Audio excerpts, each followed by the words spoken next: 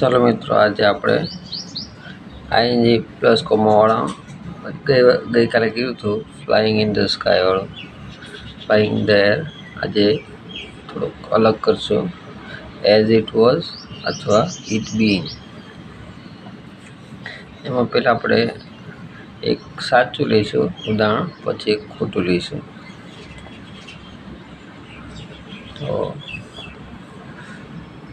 તો પહેલું લઈશું સાચો, એઝ ઉદાહરણ, as it was rainy day, we decide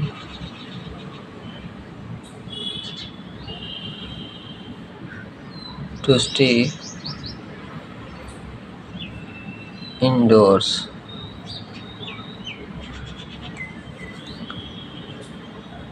આજ વરસાદ આવવાને કારણે અમે અંદર રહેવાનું નક્કી કર્યું. હવે આપણે ફ્લાઇંગ ઇન ધ એર આપણે કર્યું હતું ટાઈમિંગવાળું, બરાબર. તો એમાં આપણે એ પ્રમાણે કરવું હોય તો અહીંયા આઈએનજી ક્યાંય નથી આવતું, જોયું. તો આઈએનજી નથી આવતું, તો આઈએનજી વાળું કરવું હોય તો શું કરવાનું? ક્રિયાપદ પાછળ આઈએનજી લગાડવું પડે. અહીંયા ક્રિયાપદ શું છે? વોઝ છે. તો વોઝ પાછળ તો આઈએનજી નથી, ન લગાડે. જેમ કે વોઝિંગ, ઇઝિંગ, વેન્ટિંગ, ગોઈંગ, બરાબર, ગોઝિંગ. કે સાત છે કે ઇઝ, એમ, આર, વોઝ, વર. આમાં ઇઝિંગ, એમિંગ, આરિંગ, પોઝિંગ, વેરિંગ તો લગાડે. તો એનું જે પ્યોરેસ્ટ ફોર્મ આવે, મૂળ બેર ઇન્ફિનિટિવ, તો એ કયું આવશે? બી આવશે, બરાબર. બીનું આ બધાનું મૂળ ક્રિયાપદ કયું છે? બી. તો એની પાછળ આપણે લગાડી શકાય આઈએનજી. તો અહીંયા વોઝ છે, તો વોઝની જગ્યાએ શું લગાડવાનું? બી લગાડે. બીંગ રેની ડે, તો being rainy day,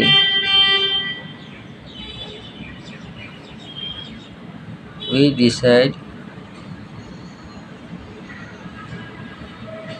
to stay indoor. So, being rainy day, we decide to stay indoor. પણ આ વાક્ય ખોટું કઈ રીતે પડે? કે બીંગ રેની ડે તો બરોબર છે, પણ અહીંયા તરત કોમા પછી આના કરનાર આવે છે. તો આપણે વરસાદ પાડનાર તો છે નહીં, બરાબર, ને ઇન્ડોર્સ પણ આનો પેસિવ થઈ શકે, એટલે આ વાક્ય ખોટું પડે. તો એને સાચું કરવા માટે શું કરશું? આપણે આગળ ઈટ લગાવવું પડે.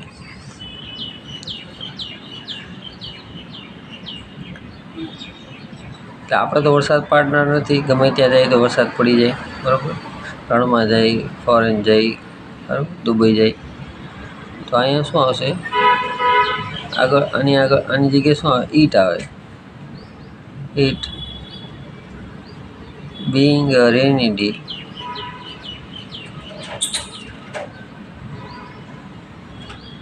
જેમ કે, બરાબર મિત્રો,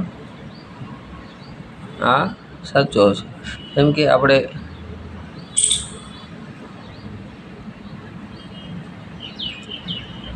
being a wise person,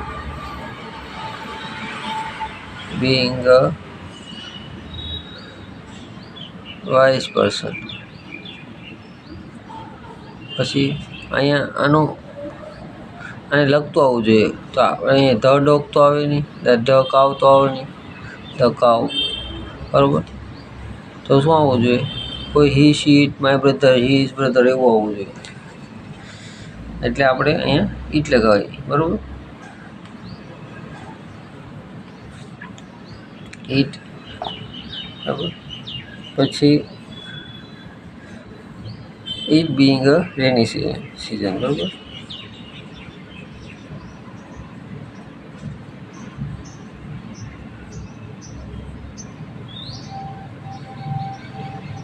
પછી બીજું કયું લગાવી શકાય? આ લગાવી શકાય, as it was rainy season, અથવા as it was rainy season, rainy day, જે આપણે ઉપર લખ્યું, બરાબર. As it was rainy day. આ લખો, બેમાંથી આ પહેલું ને બંને સાચું છે, બરાબર. પણ ખાલી બિંગ ના લખાય. જેમ કે as I am a brother, as it was rainy day, as I am a brother, અથવા I being brother, I being a brother.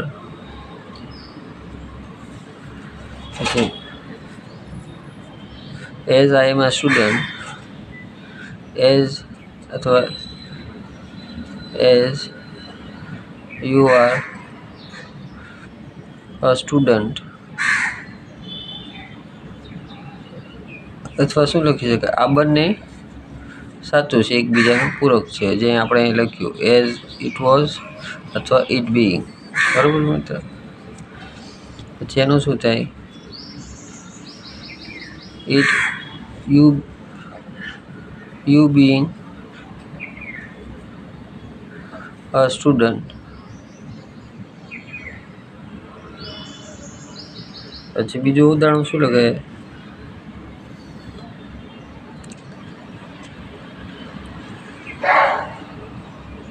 As he is a brother, શું લગાય? He being a brother. પછી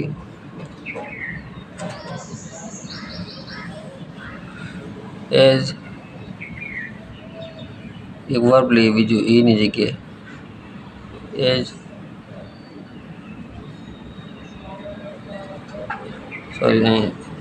as she is guilty, you silent રહે,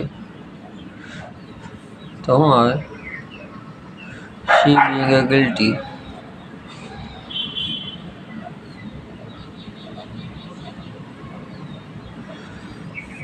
પછી રીતે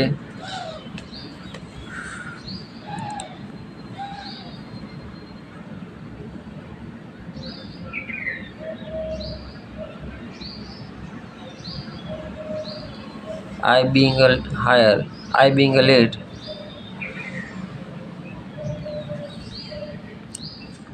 I being late, I have to hire taxi.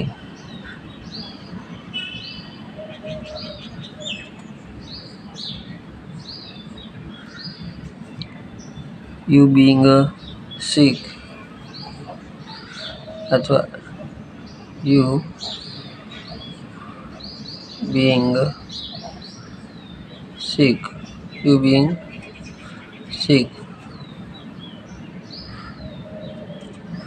you did not attend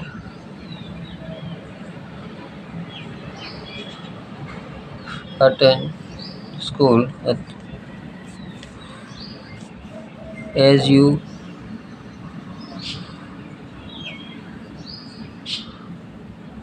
were sick, બરોબર. You did not attend school.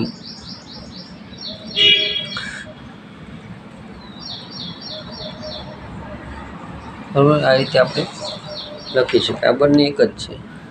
As you R student કયો અથવા you being a student as he is brother કયો અથવા he being a brother as she is guilty કયો અથવા she being a guilty, બરાબર.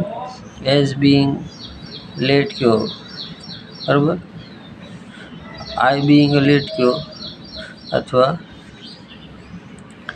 As I am late, as I am late કયો, બરાબર. બધું સરખું છે. હવે આપણે એક ઉદાહરણ લઈશું. આ કોન્ટ્રેક્શન છે, બરાબર. એઝ આઈ એમનું કોન્ટ્રેક્શન શું થાય? ટૂંકું સ્વરૂપ આઈ બિંગ. જેમ કે આઈ વોઝનું આપણે આઈ વોઝ નોટનું આપણે આઈ વોઝન્ટ કરીએ, એમાં આ 3 શબ્દો હોય તો આ 2 શબ્દમાં બગાડીએ. એ રીતે આ 1, 2, 3 શબ્દો છે તો 1, 2માં બગાડી દઈએ, બરાબર મિત્રો. એટલે બંને સાચું છે. હજી આપણે ઉદાહરણ લઈએ.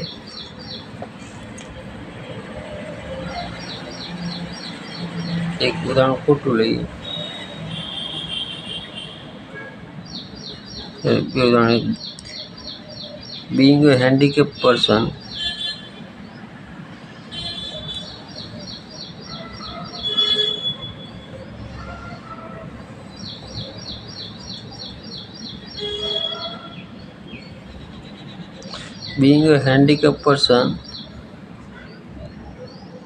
I have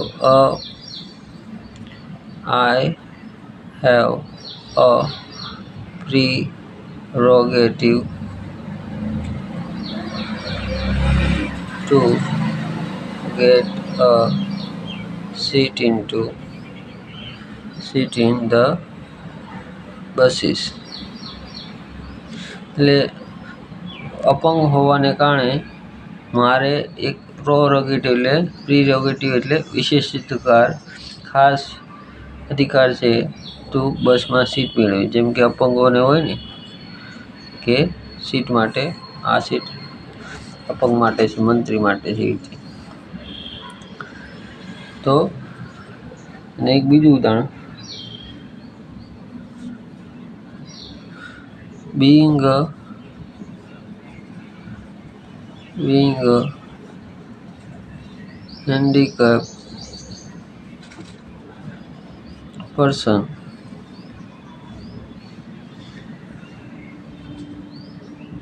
I have bought a wheelchair.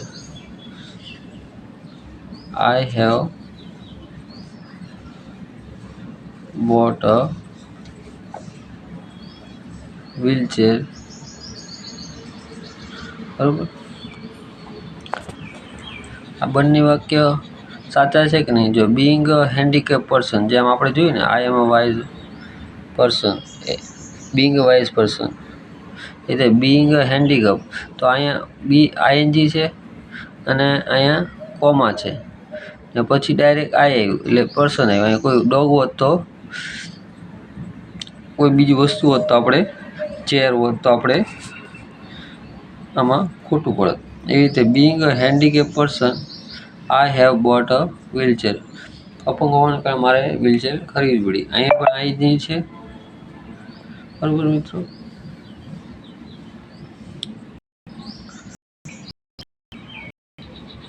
અહીંયા આઈએનજી છે અને અહીંયા આઈ આવે, બરાબર.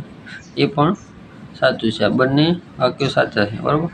પણ જેવું આપણે અહીંયા એવું લખીએ કે ફોર માય ફાધર,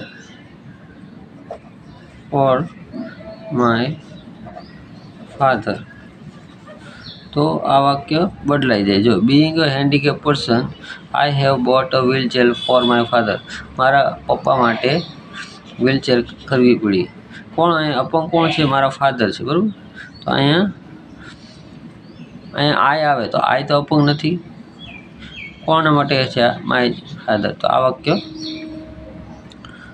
ખોટું પડશે. તો શું લખવું પડશે? આ વાક્ય સુધારવું પડે. તો બીંગમાં શું આવે? As my father is a handicapped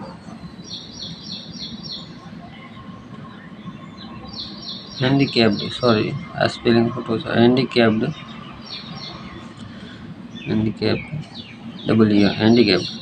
એટલે કે as my father is a handicapped person, બરાબર. આ આવે, બરાબર. તો બરોબર છે. અથવા માય ફાધર બીંગ, આઈની જગ્યાએ બીંગ વાપરી. My father being a handicapped person. તો બીંગ કારણ કે અહીંયા ઓબ્જેક્ટ અલગ આવે તો આપણે આ શું સુધાર્યું? As my father is a handicap person અથવા my father being handicap person, બરાબર. આ બંને રીતે લખી શકાય. આ લોંગ કટ છે, શોર્ટકટ છે, બરાબર. આનું આ ને આનું આ થાય. હવે એક હજી ઉદાહરણ લઈશું. તો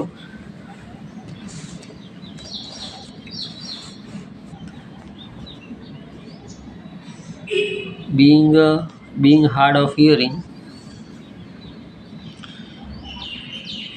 being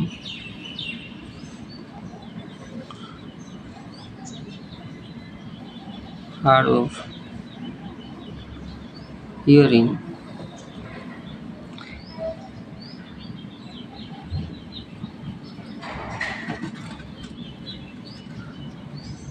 I have ordered a hearing aid. એટલે કે બેરા હોવા થોડીક બેરાશ હોવાને કારણે બીંગ હાર્ડ ઓફ હિયરિંગ ઓછું સંભળાવાને કારણે I have order a hearing aid એટલે જે કાનમાં પહેરવાને જે મશીન આવે ને એ મંગાવ્યા. એક બીજું વાક્ય લઈએ. being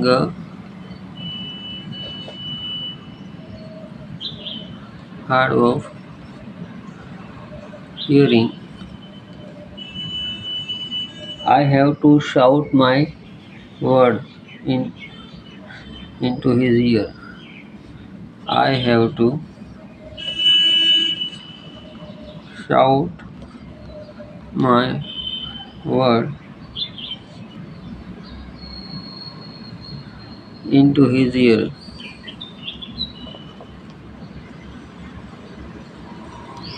બરાબર. પેલું અને બીજું વાક્યમાં શું છે? એ બીંગ હાર્ડ ઓછું સંભળાવવાને કારણે આઈ હેવ ટુ શાઉટ. પણ અહીંયા તો આઈ હેવ ઓર્ડર એટલે જે હાર્ડ ઓફ હિયરિંગ વાળો ઓબ્જેક્ટ આ જ છે આઈ. પણ અહીંયા હાર્ડ ઓફ હિયરિંગ કારણે આમાં આ કરનાર આ નથી. કોણ ઓછું સાંભળે? કોણ? હું તો નથી સાંભળતું કારણ કે હું તો પોતે રાડે પાડું છું. કોણ સાંભળે? કોણ બેરું છે? કોના કાનમાં રાડું પાડું છું? બીજા કોઈને. હિઝ ઇયર, બરાબર. ઇન્ટુ હિઝ ઇયર એટલે ડુઅર કોણ છે? આ બીજું છે. તો આ વાક્ય ખોટું પડે છે. જેમ કે આપણે કઈ વખતે જોઈએ એ રીતે being a wise person the dog એ રીતે ઓબ્જેક્ટ અલગ આવે છે. બરાબર. તો શું લઈશું? આઈની જગ્યાએ આ બીંગની જગ્યાએ શું લઈશું આપણે? As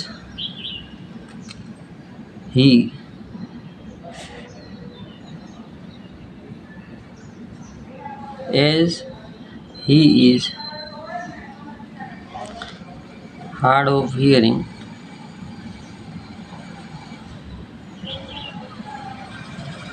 I have to shout my word in to his here. તો આ વાક્ય સાચું પડશે, આ વાક્ય ખોટું પડે, કારણ કે આ ઓબ્જેક્ટ આ છે એટલે. બરાબર. ને બીજી રીતે આપણે શું, બીજી રીતે કઈ છે શોર્ટ ફોર્મમાં, being, he, being hard of hearing,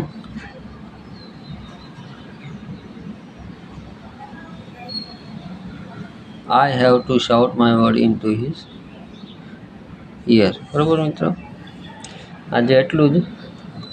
એટલે આ બંને વાક્ય સાચા છે. આ લોંગ કટ છે ને આ શોર્ટકટ છે. આ લોંગ કટ ને આ શોર્ટકટ. બરાબર. આ કોન્ટ્રેક્શન રૂપ છે આનું, 3 વાક્યનું, એઝ, હી, ઇઝ ને હી બીઈંગ. બરાબર. તો આજે મિત્રો આટલું જ, એઝ, ઇટ વોઝ ને ઇટ બીઈંગમાં. તો કાલે આપણે નવા ટોપિક સાથે ગ્રામરમાં મળશું. જય ગુજરાત, જય ભારત.